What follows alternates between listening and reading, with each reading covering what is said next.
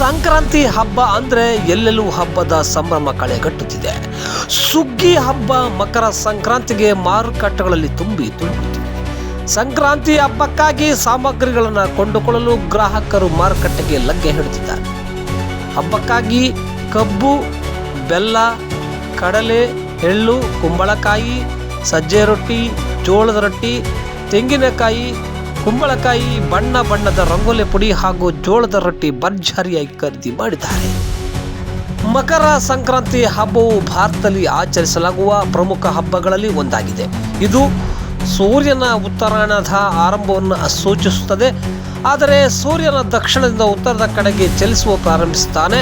ಈ ಹಬ್ಬದಲ್ಲಿ ಎಳ್ಳು ಮತ್ತು ಬೆಲ್ಲದ ತಯಾರಿಸಿದ ಸಿಹಿ ತಿಂಡಿ, ಕಬ್ಬಿನ ತುಂಡುಗಳನ್ನು ವಿನಿಮಯ ಮಾಡಿಕೊಳ್ಳುವುದು ವಾಡಿಕೆಯಾಗಿದೆ. ಬಣ್ಣ ಬಣ್ಣದ ರಂಗೋಲಿಯ ಪೌಡರ್ ಬಳಸಿ ಮನೆಗಳ ಮುಂದೆ ರಂಗೋಲಿ ಹಾಕುವುದು, ಸಜ್ಜೆಯಿಂದ ತಯಾರು ಮಾಡಿದ ರೊಟ್ಟಿ ಹಾಗೂ ಕುಂಬಳಕಾಯಿ ಪ್ರಸಾದವನ್ನು ಸೇವಿಸಿ ಎಳ್ಳು ಬೆಲ್ಲ ವಿನಿಯೋಗ ಮಾಡಿಕೊಂಡು ಪರಸ್ಪರ ಹಬ್ಬದ ಶುಭ ಕೋರಲಾಗುತ್ತದೆ. ಅದರಂತೆ ಚಿತ್ರದುರ್ಗದಲ್ಲಿ ಮಕರ ಸಂಕ್ರಾಂತಿ ಹಬ್ಬ ಸಂಭ್ರಮದ ಕಳೆಗಟ್ಟಿದೆ.